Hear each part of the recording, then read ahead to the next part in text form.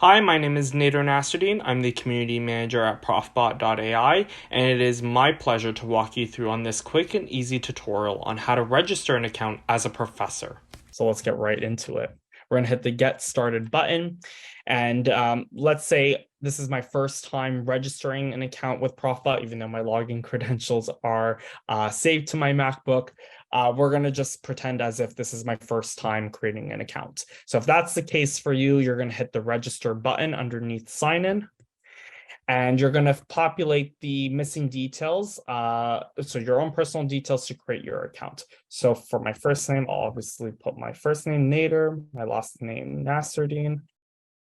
Now, the biggest important thing to note here is that when you're going to input your email address, you don't want to use your personal email address, like the @gmail or @hotmail.com, because ProfBot doesn't recognize your personal email addresses. It will only accept your university email domain. So for instance, since I attended Toronto Metropolitan University and work for the university, my email domain would be @torontomu.ca or whatever it is for your university or school.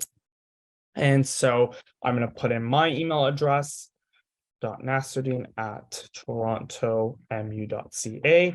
I'll select my position as professor, and then I'm going to create an 8-digit password. Make sure that it's unique to you and something that you can memorize.